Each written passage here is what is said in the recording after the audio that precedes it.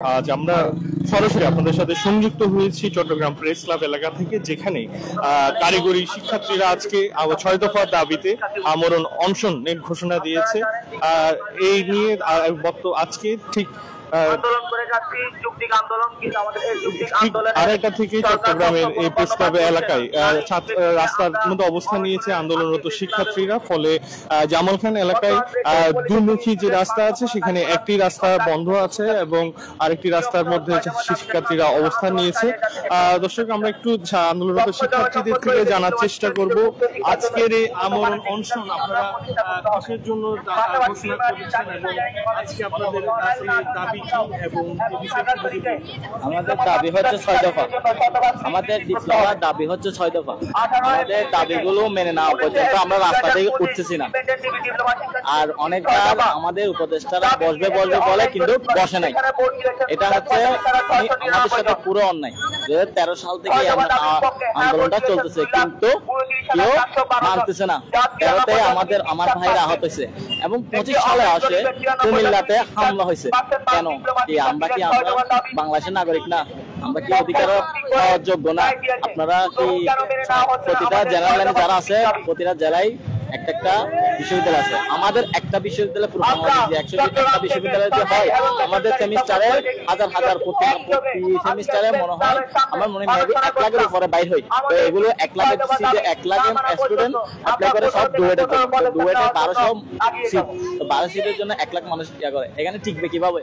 আমাদের আরো 3-4টা বিশ্ববিদ্যালয় করা দরকার, প্রকৌশলী লাগবে আমাদের। তবে আজকে আপনাদের সর্বশেষ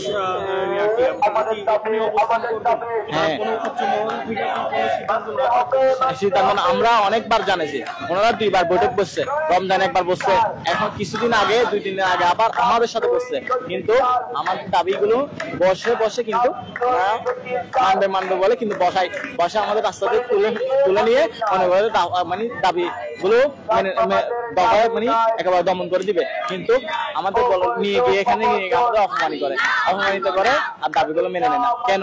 আমরা কি এত হয়ে গেছি? দর্শক, আমরা আরেকজন ছাত্রের সাথে কথা বলার চেষ্টা করবো। আপু, আজকে আপনাদের এই যে আন্দোলন অনশনের ডাক দিয়েছেন,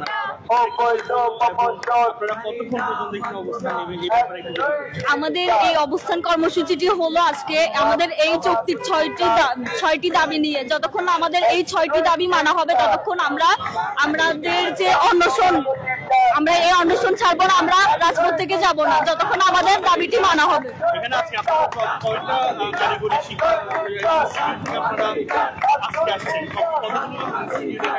এখানে বিভিন্ন বেসরকারি স্টুডেন্ট আছে, সিএসটিআই আছে, সিপিআই আছে, তারপর হচ্ছে বেসরকারি অনেক পলিটেকনিক আছে।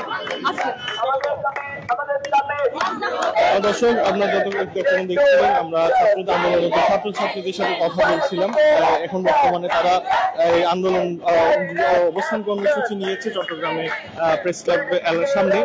দর্শক, আপনাদেরকে আরো জানাতে চাই, গত কারিগরি শিক্ষার্থীরা অনেকে বিভিন্ন সময় দফায় আন্দোলন করেছে এবং 6 দফা দাবি পেশ করেছে। তবে উচ্চমহল থেকে এই যে দাবি বিষয়ে সুষ্ঠু সমাধান না আসার কারণে এই তারা আজকে আমরণ অনশনের ঘোষণা দিয়েছে, ঠিক এমনটাই জানিয়েছে আন্দোলনরত শিক্ষার্থীরা।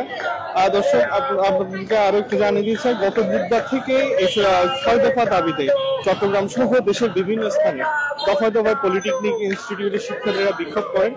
এর মধ্যে গতকাল রোববার জুনিয়র ইনস্ট্রাক্টর পদে ক্রাফট ইনস্টিটিউটের পদোন্নতি সংক্রান্ত হাইকোর্টে দেওয়া রায় স্থগিত করেছে আপিল বিভাগ চেম্বার আদালত।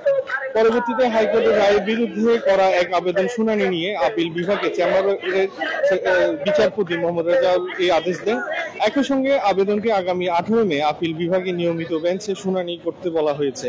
তবে এই সবকিছুকে ঘিরে আন্দোলনরত শিক্ষার্থীরা আজকের আমরণের অনশনের ঘোষণা দিয়েছে। যতক্ষণ না পর্যন্ত সুষ্ঠু সমাধান পাচ্ছে তারা এখানে অবস্থান কর্মসূচি চালিয়ে যাবে বলেছে।